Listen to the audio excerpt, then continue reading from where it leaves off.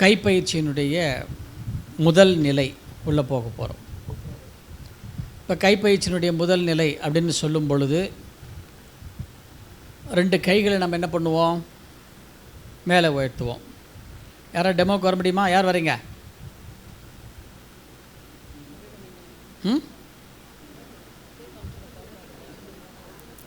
இல்லை, வீடியோ இருக்கிறதுனால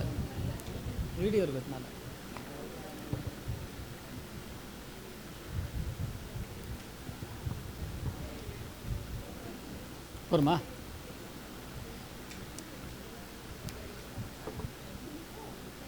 உங்களுக்கு கரெக்டாக இருக்கா ஐயா? வாங்க வாங்க ஐயா, கரெக்டாக இருக்கா?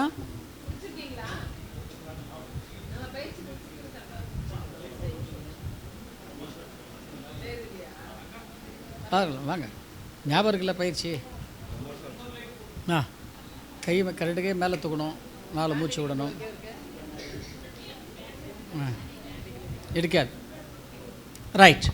இப்போ நம்ம கைப்பயிற்சியினுடைய முதல் நிலை இப்போ நம்ம செய்ய போகிறோம். கைப்பயிற்சியினுடைய முதல் நிலை நம்ம எப்படி செய்வோம்? 2 கைகளை மேலே எடுத்துகிட்டு போவோம். 2 உள்ளங்கை 2 ஒன்று சேர்த்து வச்சுக்கணும். கைகள் 2 ஒன்று சேர்த்து வச்சுக்கணும். கட்டை விரலையும் ஒன்று சேர்த்து வச்சுக்கணும். இந்த பயிற்சி பண்ணும்போது நம்ம பண்ணுற 2 தப்பு என்னன்னு கேட்டிங்கன்னா, உள்ளங்கைகளை ஒன்று சேர்க்க மாட்டோம். 1. 2வது, இந்த கைகளை காது ஓரத்தில் எடுத்துன்னு போக மாட்டோம். 2 தப்பு நம்ம பண்ணுவோம். புரியுதுங்களா? இது நிறைய பேருக்கு அதை மாதிரி வாண்டனாக பண்ண மாட்டோம். அப்படி கிடையாது. இதுக்கு மேலே கையை தூக்கினாலே ஏதோ கையில் வலி, கையை தூக்க முடியல, ஃப்ரோஷன் ஷோல்டர், இல்லை கை ரொம்ப குடைச்சல், அது மாதிரிலாம் இருக்குது. ஒரு சில பேர் உடல் வாகு தூக்க முடியல அப்படின்னு சொல்லுவீங்க. ஆனால் ஆக்சுவலாக இதுதான் ப்ரொசீஜர். ஒருவேளை இதில் முடியலை அப்படின்னு சொன்னால் அடுத்தடுத்த வாய்ப்பு நமக்கு உண்டு, பயிற்சியில் இருக்கிறது. அதில் நம்ம கரெக்ட். ஒரு தடவை தப்பு பண்ணிட்டோன்னா அடுத்த தடவை என்ன பண்ணணும்? தப்புலேருந்து அதை சரிப்படுத்திக்கணும். ஆனால் அந்த தப்பவே பண்ணிகிட்டு இருக்கக்கூடாது அதுதான் நம்ம உடற்பயிற்சியில். ஏன் இந்த 2 கைகள் இப்படி ஒன்று சேர்க்க சொல்கிறோம் அப்படின்னா, இந்த 2 கைகள் இப்போ ஒன்று சேர்த்தாச்சு. இப்போ ஒன்று சேர்த்தவொடனே எத்தனை மூச்சு விடுவோம் நம்ம? இப்போது 4 மூச்சு நல்லா இயல்பான மூச்சுன்னா நல்லா அதாவது இயல்பான மூச்சுன்னா என்ன அர்த்தம் அப்படின்னு கேட்டிங்கன்னா, மூச்சை இழுக்கிறதுக்கும் விடுறதுக்கும் ஒரு தடவை 4 வினாடி எடுத்திங்கன்னா அதுக்கு பேர் தான் இயல்பான மூச்சு. எத்தனை மூச்சு? 4 வினாடி எடுக்கணும் மூச்சை இழுத்து விடுறதுக்கு. இப்போ அந்த மாதிரி 4 வினாடின்னு சொல்கிறது நம்ம மேலே எத்தனை தடவை மூச்சு இழுத்து விட்டோம்? 4 மூச்சு. கீழே இருக்கணும்னு என்ன பண்ணோம்? 2 தடவை. இப்போது கையை மேலே தூக்கி உடனே 4 மூச்சு விட்டோமா? இப்போ நிறைய பேரால் கையை என்ன பண்ண முடியல? ஒன்று சேர்த்து வைக்க முடியல. ஒன்று சேர்த்து வைக்க முடியலன்னா அங்கே விட்ட வாய்ப்பை இங்கே பிடிக்கணும். தொடையோட அப்படி 2 மூச்சு விடும்போது கை எங்கே இருக்கணும்? தொடைக்கு பக்கவாட்டில் நல்லா அப்படி அழுத்தி வச்சுக்கணும். என்ன காரணம் அப்படிங்கிறத இப்போ நீங்கள் பாருங்கள். ஏன் அது கைகளை ஒன்று சேர்க்கணும் அப்படிங்கிறதுக்கு அர்த்தம் இதுதான். உள்ளங்கை இருக்குது பார்த்தீங்களா? உள்ளங்கையில் நடுவரலுக்கும் மோதிர விரலுக்கும் இந்த ரேகை போதா? இப்படி போதுங்களா? இந்த 2 விரலுக்கும் நடுவில் இந்த இடத்துல இந்த பாருங்க, நான் இப்படி அழுத்தி விடுறேன். இந்த இடத்துல ஒரு பள்ளம் மாதிரி விழி. இந்த இடத்துக்கு பேர் தட்சண்ய காலம்னு பேர்.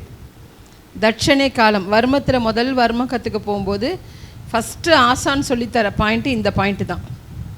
இந்த இடத்துக்கு பேர் தட்சண்ய காலம்னு பேர். இங்கேருந்து 4 விரல் கீழே அப்படியே வச்சிங்கன்னா இந்த பள்ளம், எல்லாருக்குமே இந்த இடத்துல பள்ளம் இருக்கும். இதுக்கு பேர் உள்ளங்கை வெள்ளை வர்மம்னு பேர். இந்த இடம் இந்த ரேகை ஆரம்பிக்குது இல்லை, இந்த இடத்துல வேறு மாதிரி ஆரம்பிக்கும். இந்த இடத்துல இப்போ இந்த தட்சணை காலம் என்ன பண்ணுன்னு பார்த்தீங்கன்னா, கார்டியாக் அரெஸ்ட்டை தடுக்கும். ஹார்ட் அட்டாக் இன்றைக்கி நிறைய வருது, யங்ஸ்டர்ஸ்க்கு வருது ஹார்ட் அட்டாக். 35 வயசு 36 வயசுக்கே ஹார்ட் அட்டாக் வருது. அதை தடுக்கும். இந்த உள்ளங்கை வெள்ளை வர்மம்ன்றது என்ன பண்ணும் அப்படின்னு கேட்டிங்கன்னா, நம்ம ஸ்பைனல் கார்டில் இங்கே பார்த்தோம் இல்லையா, இடகலை பிங்கலை சுழுமுனை, நம்ம முதுகு தண்டுவடம் இப்படி இருக்குன்னா இந்த பாருங்கள், இந்த வலது பக்கமாக வருது. வலது கட்டவரலில் ஆரம்பித்து அப்படியே இப்படி வளைஞ்சி இடது பக்கமாக முடியறதுக்கு பேர் பிங்களை நாடின்னு பேர். இப்படி முடியறது பேர் இடகலை நாடின்னு பேர். நடுவில் சுழுமுனை நாடி. வலது பக்கம் இருக்கிறது பிங்களை நாடி, இடது பக்கம் இருக்கிறது இடகலை நாடி. இது சூரிய நாடி, இது சந்திரன் நாடின்வாங்க. நடுவில் நியூட்ரலாக இருக்கிறது சுழுமுனை நாடின்னு பேர். அது ஸ்பைனலுக்கு உள்ளே இருக்கும். இது வெளியில் அவுட்டரில் போகும்.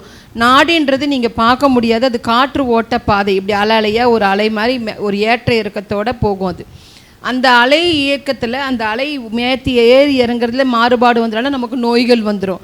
அப்போ அந்த நாடியில் தொட்டு கொடுக்கறது தான் வர்மம். அப்போ அந்த இடகலை நாடி, பிங்கலை நாடி, சுழும நாடியை சமன்படுத்தும் இந்த கையை சேர்த்து வைக்கும்போது. இந்த கை இப்படி சேர்த்து வைக்கிறோம் இல்லைங்களா, இப்போ பார்த்தோன்னா ஐயா பார்த்தோன்னா வாழ்க வளமுடன்னு சொல்கிறோம் பார்த்தீங்களா, இந்த மாதிரி கையை சேர்த்து வைக்கிறதுக்கு பேர் முத்திரை. இது ஒரு முத்திரை. அந்த முத்திரைக்கு பேர் ஆத்மாஞ்சலி முத்திரைன்னு பேர். ஆத்மாஞ்சலி இப்படி வைக்கிறதுக்கு பேர் ஆத்மாஞ்சலி முத்திரைன்னு பேர். சரி, நெஞ்சு தொடக்கூடாது. நம்ம முன்னெல்லாம் கோவிலுக்கு போனாலும் சாமி கும்பிடும்போது இப்படி தான் தொடரும். முன்னோர்கள் எப்படி வச்சுருக்காங்க பாருங்கள். நீங்கள் இந்த மாதிரி ஒரு 10 நிமிஷம் வச்சு உட்காந்திங்கனாலே உங்கள் மென்டல் ஸ்ட்ரெஸ்ஸு குறையும், உங்கள் கோபம் கண்ட்ரோலுக்கு வரும், உங்கள் மன அழுத்தம், குறிப்பாக மன அழுத்தம் போயிடும். அதனால தான் நமக்கு கோயிலுக்கு போய் சாமி கும்பிட்டு தான் எனக்கு மனசு ரிலாக்ஸாக இருக்குது கொஞ்சம் அப்படின்னு சொல்கிறோம் பார்த்தீங்கன்னா. அங்கே போய் கண்டிப்பாக ஒரு 4-5 தடவை இப்படி அழுத்தி அழுத்தி வைப்போம். இந்த 2 பாயிண்ட்டும் ஆக்டிவேட் ஆகும். கால் மாத்திரை அளவு ஆக்டிவேட் பண்ணாலே போதும். இப்போ நீங்கள் பயிற்சியும் போது என்ன பண்ணுறீங்க, மேலே தூக்கி 16 மூச்சு வரைக்கும் நம்ம அதில் வைக்கிறோம். நீங்கள் சாதாரணமாக வீட்டில் இருக்கீங்க, உங்களுக்கு ஒரு மாதிரி படப்படப்பாக இருக்குது, எதையுமே சரியாக டிசிஷன் எடுக்க முடியலன்னா அமைதியாக இந்த மாதிரி உட்காந்தாலே என்ன பண்ணுவாங்க, நம்ம சொல்கிறோம்ல அமைதியாக போய் பூஜை ரூமில் போய் சாமி கும்பிடுப்போம் அப்படின்பாங்க. இதுக்கு பேர் ஆத்மாஞ்சலி முத்திரைன்னு பெரிய. அப்போல்லாம் எல்லாருமே வணக்கம் வாங்க அப்படி சொன்னாங்க. இப்போ எல்லோரும் hi hello hi bye bye சொல்கிறோம். அது நல்லது கிடையாது. அதனால தான் நம்ம முன்னோர்கள் அடிக்கடி இப்படி நமஸ்காரம், நமஸ்தே, வணக்கம் அப்படிலாம் சொன்னாங்க. இப்போ நம்ம வாழ்க அப்படின்னு சொல்லும்போது ஹார்ட் பாயிண்ட்டு, ஸ்பைனல் பாயிண்ட்டை ஆக்டிவேட் பண்ணுறோம். யாருக்கெல்லாம் நல்லா ஸ்பைனல் ஆக்டிவேட் ஆகணும், ஹார்ட் அட்டாக் வரக்கூடாதுன்னு நினைக்கிறீங்களோ அவங்க என்ன பண்ணணும், கையை நல்லா சேர்த்து வைக்கணும் 4 மூச்சு நேரம். இந்த 4 மூச்சு நேரம் அந்த உணர்வு தெரிஞ்சாலே போதும், அங்கே பல்ஸ் தெரியும் உங்களுக்கு. இப்போ இது ஸ்ட்ரெஸ் இருக்குது உங்களுக்கு, இப்போ எனக்கு கொஞ்சம் சுகர் அதிகமாக இருக்குங்க, சுகர் குறையவே மாட்டேதுன்றவங்களுக்கு பாருங்கள், அப்படியே கையை திருப்புறோம். இதுக்கு பேர் சர்க்கரை முத்திரைன்னு பேர், இன்சுலின் முத்திரை, சர்க்கரை முத்திரைன்னு பேர். பாருங்கள், கட்டை விரல் சேர்ந்துருக்கு, எல்லா விரலும் சேர்ந்துருக்கணும். இந்த இடம் நல்லா இப்படி ஒட்டி இருக்கணும். 2 இருக்குல்ல உங்களுக்கு, கட்டை விரலை 1 சேர்த்துட்டிங்கன்னா சர்க்கரை முத்திரை. கட்டை விரலை சேர்க்காமல் இப்படி தனியாக வச்சு 4 விரல் மட்டும் 1 சேர்த்துட்டிங்கன்னா நரம்பு தளர்ச்சி சரியாயிடும். நர்வ்ஸ் வீக்னஸ் இருக்கிறவங்களுக்கெல்லாம் இப்படி கட்டை விரலை சேர்த்துட்டிங்கன்னா நரம்பு தளர்ச்சி பிரச்சனையும் வராது. இன்சுலின் செக்ரேஷன், ஆமாம், இன்சுலின் செக்ரிகேஷன் நல்லாயிருக்கும். இது பண்ணும்பொழுது செஸ்ட்டில் கை வைக்கக்கூடாது, செஸ்ட்டில் படக்கூடாது. இந்த இடம் 1 சேரணும், சேர்ந்து தான். ஆனால் முதல்ல கொஞ்ச நாளைக்கு இந்த இடம் வலிக்குது. அந்த இடம் ஒரு வாரம் கழிச்சு என்ன ஆகிடும், அந்த வலியே பழகிடும். ப்ராக்டிஸ் அந்த இடத்துல வலி இருந்தால் தான் கரெக்டாக வைக்கிறீங்கன்னு அர்த்தம். நீங்கள் 10 வருஷம் பண்ணாலும் அந்த இடத்துல வலி தெரியும், ஞாபகம் வச்சுங்க. 5 to 15 மினிட்ஸ் முத்திரை எல்லாமே இப்போ சொல்கிற முத்திரையிலுமே 5 நிமிஷம் குறைந்தபட்சம், அதிகபட்சம் 15 நிமிஷம். நீங்கள் பாருங்கள், அந்த 16 மூச்சு நேரத்துக்கு கண்டிப்பாக உங்களுக்கு 10 நிமிஷத்துக்கு மேலே வந்துடும். நல்லா மூச்சு இழுத்து விட்டீங்கன்னா சரிங்களா. அங்கே முடியலன்னா உடனே என்ன பண்ணுறோம், கொண்டு வந்து தொடையை ஒட்டி வைக்கணும் அந்த ஃபோன். ரைட், இப்போது யாரால் அங்கே முடியலையோ அதை எடுத்துகிட்டு வந்து இங்கே வைக்கணும், புரியுதுங்களா. ஆனால் நம்ம இங்கே பண்ணியிருக்கலாமா, இங்கே இதை விட்டுட்டோம். இங்கே வரும்போது நம்ம என்ன பண்ணுறோம், ப்ரெஷர் கொடுக்கறது இல்லை.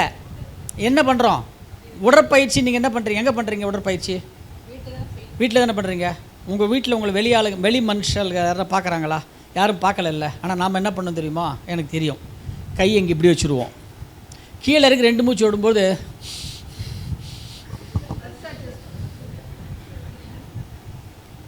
போச்சு. நம்மளை யார் பார்க்க போகிறாங்க? என்ன பண்ணோம், கையை இங்கே வச்சிடணும். கடவுள் நம்மளுக்கு காப்பாற்றுறதுக்கு எத்தனை முறை வாய்ப்பு கொடுப்பார் வாழ்க்கையில்? கடவுள் 3 முறை பாரு, 3 முறை. அம்மா தான் சொன்னாங்க 3 முறைன்னு சொன்னாங்க. கடவுள் 3 முறை தான் கொடுப்பார் வாய்ப்பு ஒரு மனுஷனுக்கு வாழ்க்கையில் முன்னுக்கு வரத்துக்கு.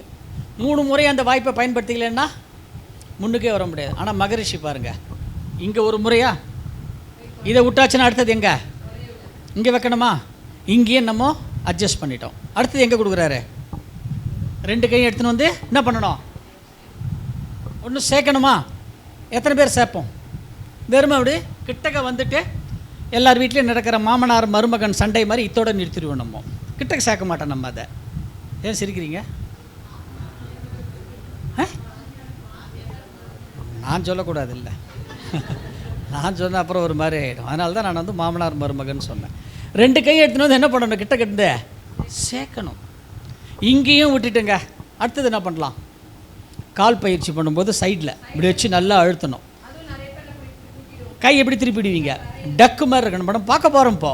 அப்போ கடவுள் 3 முறை தான் கொடுப்பாரு. இங்கே குரு எத்தனாவது முறை கொடுத்துட்டாரு? இப்போ 1 2 3 4.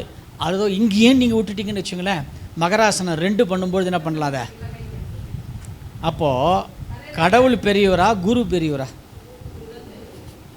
கடவுள் 3 முறை தான் கொடுப்பாருன்னு சொன்னாங்க அம்மா. ஆனால் குரு 5 முறை கொடுக்குறார். அப்போ 5 முறையை குரு கொடுக்குறார் அப்படின்னு சொன்னால் என்ன அர்த்தம்? என்ன அர்த்தம் அப்படின்னா, முக்கியமாக அதில் ஏதோ விஷயங்கள் இருக்கிறது. ஒன்று வந்து ரிப்பீட்டடாக வந்ததுன்னா, நிறைய நம்ம பயிற்சியில் பாருங்கள், நிறைய இடங்களில் இருதயத்துக்கு, நுரையீரலுக்கு, கர்ப்பப்பைக்கு, ஆண்களுடைய வித்துப்பைக்கு, குறிப்பாக இந்த 4க்கு ரிப்பீட்டடாக வரும். இந்த 4க்கு மட்டும் ரிப்பீட்டடாக வரும் பாயிண்ட்ஸ், திரும்ப திரும்ப திரும்ப வரும். அதை நாங்கள் அடிக்கடி சொல்லுவோம் பாருங்கள். இப்போ நீங்கள் சரிங்களா? இப்போ கைகள் மேலே எடுத்துகிட்டு போனோம், 4 மூச்சு விட்டோம், 4 × 4 செகண்டு எவ்வளோ ஆச்சுப்போ? 16. கீழே இருக்கணுன்னே எத்தனை? 2 × 4 எவ்வளோ ஆச்சு? 16 8 எவ்வளோ? 24. இது மாதிரி எத்தனை தடவை பண்ணணுமோ? 3 செட்டு பண்ணோமா? அப்போ 3 × 24 எவ்வளவு? 72. 72 செகண்ட்னா இப்போ எவ்வளோ நிமிஷம்? அப்போ 1.25 நிமிஷம், கிட்டத்தட்ட 1.25 நிமிஷம் வந்துருச்சா? அப்போ 1.25 நிமிஷம் நம்ம எந்த பயிற்சி பண்ணணும்? கைப்பயிற்சியினுடைய முதல் நிலை தான் பண்ணணும். ஆனால் நம்ம வீட்டில் பண்ணும்போது என்ன பண்ணுறோம்? அந்த 1.25 நிமிஷத்தில் முட்டியை சுற்றிட்டு கீழே கால் பயிற்சிக்கு உட்காந்துடுறோம். பண்ணுறோமா இல்லையா? அப்போ வேக வேகமாக பண்ணிட்டு 1.25 நிமிஷத்தில் பண்ண நிலை 1ல் 1.25 நிமிஷத்தில் இருன்னு சொன்னால், 1.25 நிமிஷத்தில் நம்ம கால் பயிற்சிக்குள்ளே வந்துட்டோன்னா, நான் 30 வருஷமாக பயிற்சி பண்ணுறேன், எனக்கு கை வலியே போகல, மூட்டு வலியே போகல, போகுமா? போகாதில்ல. அப்போ என்ன பண்ணணும்? இப்போ முறையாக பொறுமையாக பண்ணணும். புரியுதுங்களா? இதுதான் சொன்னது, உடல் நலத்தில் சுயநலம். உடல் நலத்தில் சுயநலமாக ஒரு நாளைக்கு 1 மணி நேரம் உங்களுக்குன்னு ஒதுக்குங்க. மிச்சம் 23 மணி நேரம் குடும்பத்துக்கும் சமுதாயத்துக்கும் ஒதுக்கிறதுக்கு நமக்கு சந்தோஷமாக இருக்கும். 1 மணி நேரம் நமக்குன்னு நம்ம ஒதுக்கலை அப்படின்னு சொன்னால், நீங்கள் குடும்பத்துக்கும் சமுதாயத்துக்கும் எவ்வளோ நேரம் ஒதுக்கினாலும் அதில் உங்களுக்கு வந்து திருப்தியே உங்களுக்கு வந்து வராது. புரியுதுங்களா? ரைட். இப்போ இந்த கைப்பயிற்சியினுடைய முதல் நிலையில் கையை மேலே தூக்கி அழுத்தின உடனே எதை சரிப்படுத்தணும்? நம்ம இப்போது முதல்ல மாரடைப்பு நோய் வராமல் தடுக்கிறோம். 1, மாரடைப்பு வராது. ஸ்டண்ட்டு வச்சுருந்தா ஃபர்தராக பிரச்சனை வராது. பேஸ்மேக்கர் வச்சுருந்தா ஃபர்தர் பிரச்சனை வராது. ஆன்ஜியோ பண்ணியிருந்தா ஃபர்தர் பிரச்சனை வராது. ஏற்கனவே சர்ஜரி பண்ணியிருக்குன்னா திருப்பியும் இன்னொரு தடவை அந்த பிரச்சனை நமக்கு வரத்துக்கு செகண்ட் டைமோ தேர்ட் டைமோ வரத்துக்கு வாய்ப்பு இல்லை. முறையாக கையை வைக்கணும். 1, ஹார்ட் ப்ராப்ளத்தை சால்வ் பண்ணுறோம். இங்கே இந்த இடத்த அழுத்தும் பொழுது உங்களுக்கு சிவியராக பேக் பெயின் இருக்குது அப்படின்னு சொன்னால், பேக் பெயின் இருக்குன்னா இந்த பல்லம் இருக்கு இல்லையா, இந்த இடத்துல கட்டை வரல வச்சுங்க, ஒரு 10 முறை இப்படி அழுத்தி விடுங்க 2 கையிலையும். பேக் பெயின் சரியாயிடும். முதுகுத்தண்டில் எங்கே பிரச்சனை இருந்தாலும் அதை அழுத்தி விடுங்க, இப்படி சரியாயிடும். சரியான பாயிண்ட் தெரியலையா, கை இப்படி வச்சுங்க, அவ்வளோதான். பயிற்சி ஒழுங்காக பண்ணணும். இதெல்லாம் அடிஷ்னல் டிப்ஸு. நாம் என்ன பண்ணலாம்? யார் கையை தூக்கி கீழே இருக்கிறது, இதை மட்டும் இப்படி பண்ணிட்டு போயிட்டே இருக்கலாம். எக்ஸசைஸ் பண்ணணும். இதெல்லாம் அடிஷ்னல் என்ன? Right, good. இப்போது முதுகு தண்டு இடத்தை ஆக்டிவேட் பண்ணிட்டோம்.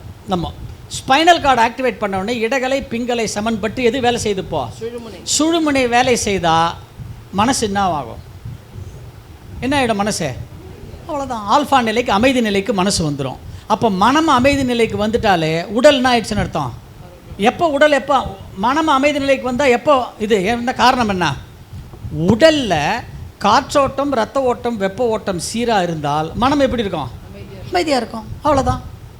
இப்போ நம்ம என்ன பண்ணிட்டோம்? ஹார்ட்டை சரிப்படுத்திட்டோம், இடகலை பிங்கலை சுழிமுனையை சரிப்படுத்திட்டோம். இதுக்கும் சம்பந்தம் இருக்குது.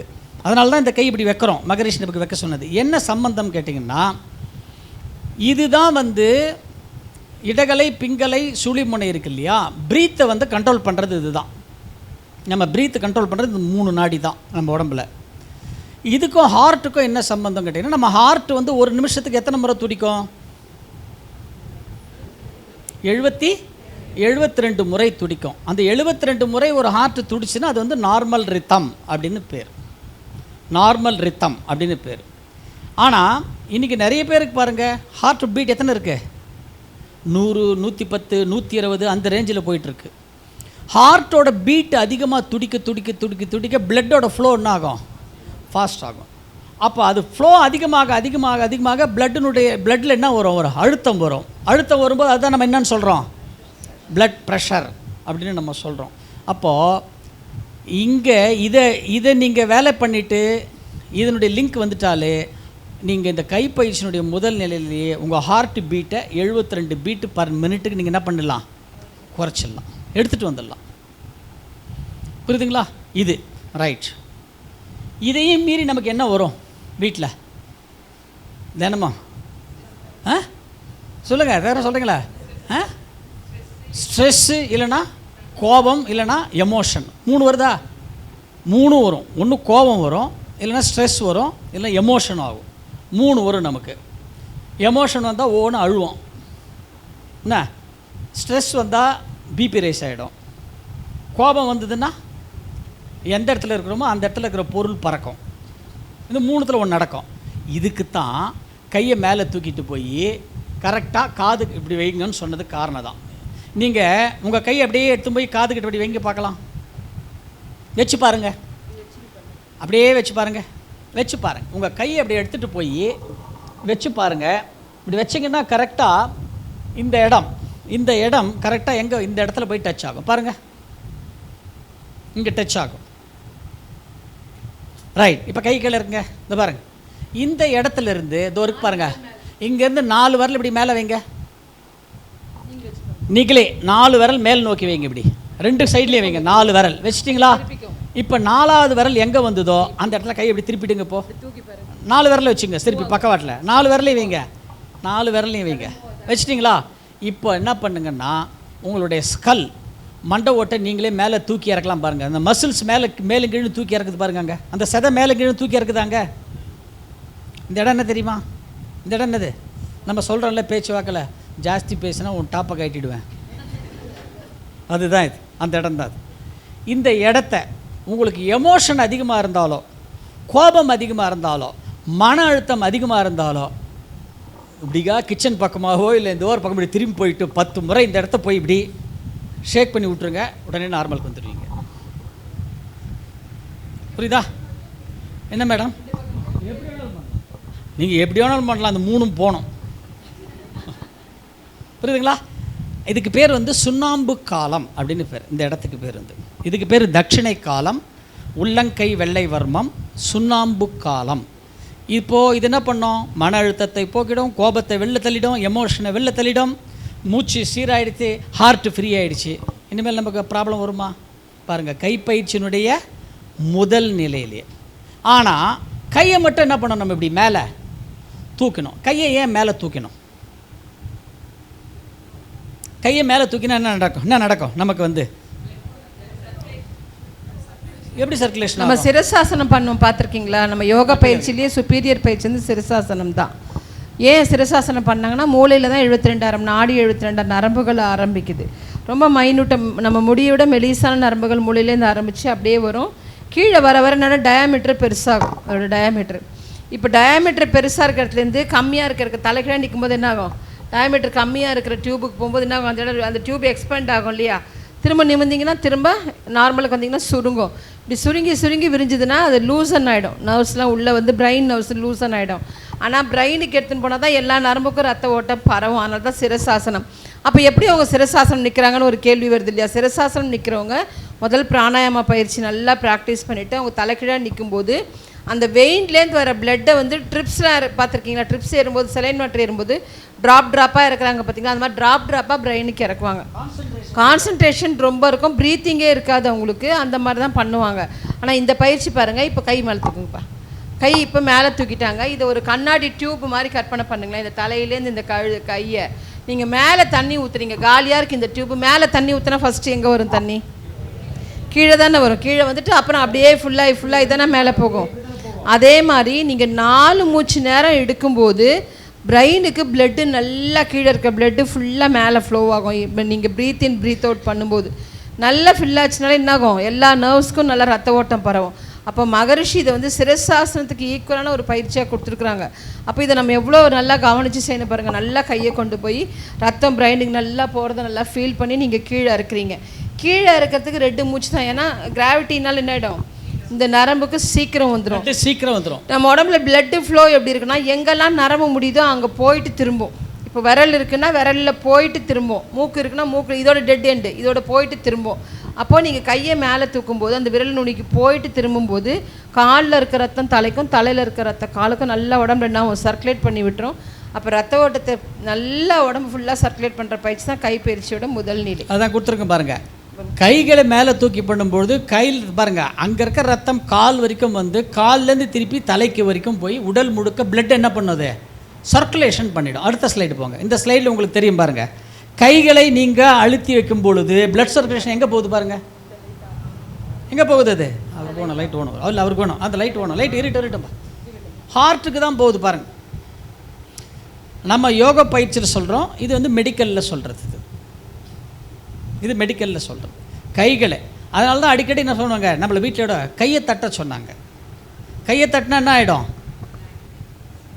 சுறுசுறுப்பாயிடும், ஹார்ட்டு மைண்டு சுறுசுறுப்பாயிடும், பிளட் சர்க்குலேஷன் ஃப்ளோ கரெக்டாக இருக்கும். ஸோ அதுக்கு தான் இந்த பயிற்சியை பண்ணுறோம். சரி, அடுத்தது போங்க. இப்போது இது பாருங்கள், இந்த ஷீட்டும் நான் உங்களுக்கு கொடுத்துருக்கோம், அந்த ஜெராக்ஸ் வேணுன்றவங்க வாங்கிக்கலாம். இந்த கைகளை ஏன் ஒன்று சேர்க்குறோம், இந்த கைகளில் எந்தெந்த இடத்துல நம்ம உடலில் வந்து பாயிண்ட்ஸ்லாம் இருக்குது பாருங்கள். ஸ்பைனலை மட்டும் தொடலை, இத்தனை உறுப்புகள் இணையுது நீங்கள் இணைச்சி வைக்கும்போது கைகள். ஒவ்வொரு பாருங்க, நம்ம 4 விரலினுடைய சென்டர்ஸ்லாம் வந்து கண்ணும் சைனஸ் பாயிண்ட்ஸ் இருக்குது. விரல் வந்து முடிகின்ற இடத்துல பாருங்கள், காது, கண், அதனுடைய points, brain, pituitary gland, small intestine, big intestine, thyroid. சும்மா உட்காந்துருக்கும் போது காலை அழுத்துற மாதிரி கையை என்ன பண்ணிங்கன்னா உள்ளங்கையை ஃபுல்லாக ப்ரெஷர் கொடுத்தீங்கன்னா உங்களுக்கு நல்ல எனர்ஜி கிடைக்கும். புரியுதுங்களா?